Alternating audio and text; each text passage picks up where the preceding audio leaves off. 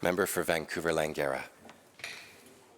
Thank you, Mr. Speaker. I rise in the House today in view of the concerns of many British Columbians, including those in my constituency of Vancouver-Langara, to speak to the lack of confidence in the administration of justice here in British Columbia. People simply don't feel safe, and they are worried about the well-being of their loved ones. They are tired of seeing repeat violent offenders being caught and released in a never-ending cycle. In Vancouver, it has been reported that just a small group of 40 individuals are responsible for 6,385 police files in the last year alone. This level of crime is completely unprecedented. From random attacks on transit across British Columbia to increased pressures on small businesses, crime has never been worse for British Columbians. We saw 3 stabbings on public transit in just 1 week alone last month, but it didn't stop there. Throughout the month, we saw a surge in transit-related crime, which has naturally left many commuters feeling unsafe.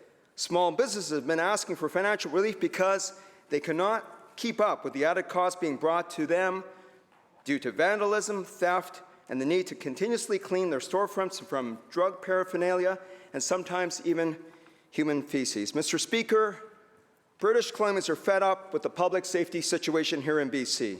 Just last week, the Enough is Enough rally were held throughout British Columbia in communities such as Prince George, Kamloops, Penticton, and right here in Victoria in front of this Legislative Assembly building. People are tired. They want answers, and they want to feel that as victims, their safety will be protected. However, the current system continues to prioritize offenders over victims. But these rallies, Mr. Speaker, are only the most recent things to have occurred. We've seen outcries from British Columbians for over a year now. My colleague from Prince River South presented a petition from over 3,000 residents from Dawson Creek pleading for the protection of their families and their livelihoods. Mr. Speaker, I would say that the data that has been shared, including by my colleague, the member from Abbotsford West, with the Attorney General, simply demonstrates that crime is on the increase under this government's watch. We've known and cite the February 14th, 2023 report from the Vancouver Police Department to the Vancouver Police Board that says the following: serious assaults involving weapons or bodily harm, level 2, and aggregated assaults involving life-threatening injuries, level 3, are up 30.1% compared to the 2017-2019 average. We also know that in another document, the Violent Crime Severity Index in BC, 2017 to 2021, that document indicates that in 2017, the Violent Crime Severity Index in BC was 74.1, and in 2021, the Violent Crime Severity Index was 95.16. These, Mr. Speaker, are the concerns that we see every day in our province. And we know, of course, that is what is as concerning about this is that we've seen the challenges that when we look at what has come forward by the Attorney General under her watch, using data that was released just last week in a sample size of 425 bail hearings involving a suspect with a violent history and who breached their pre-existing bail file, Crown Counsel only sought detention orders in 222 cases. This works out to be only 52% of the cases, Mr. Speaker.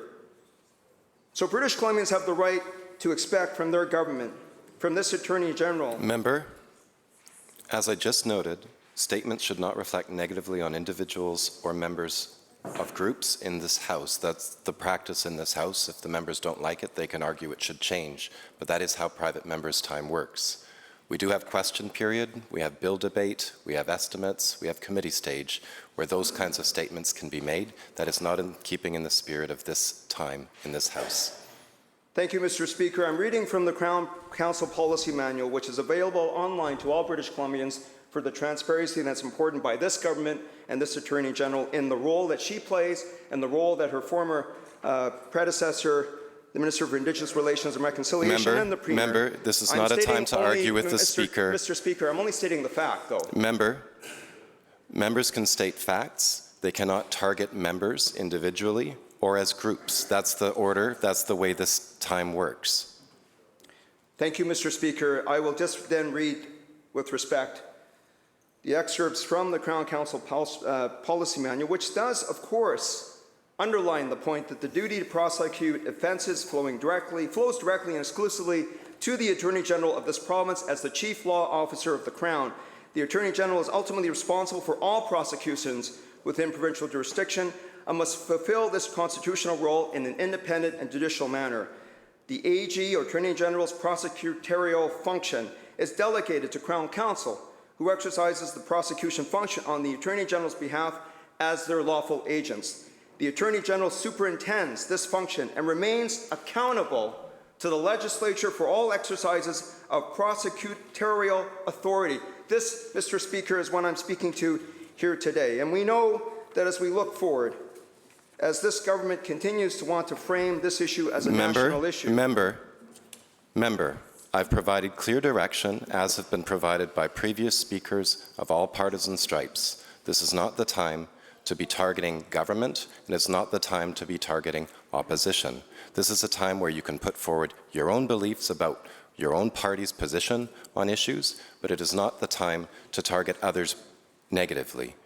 If the member continues down this route, we're going to have to move on to the next statement. I would ask him to reframe his comments in keeping with the rules and practice of this chamber.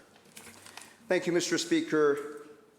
As I've tried to demonstrate in my remarks this morning, BC is leading in the numbers of an increasing crime situation here in this province in Canada. Unlike other provinces in the rest of this country, we have exceptionally low charge approval rates, an extremely minimal population of individuals actually being held in custody, and we have a soaring number of violent criminals. BC stands out for being unsafe.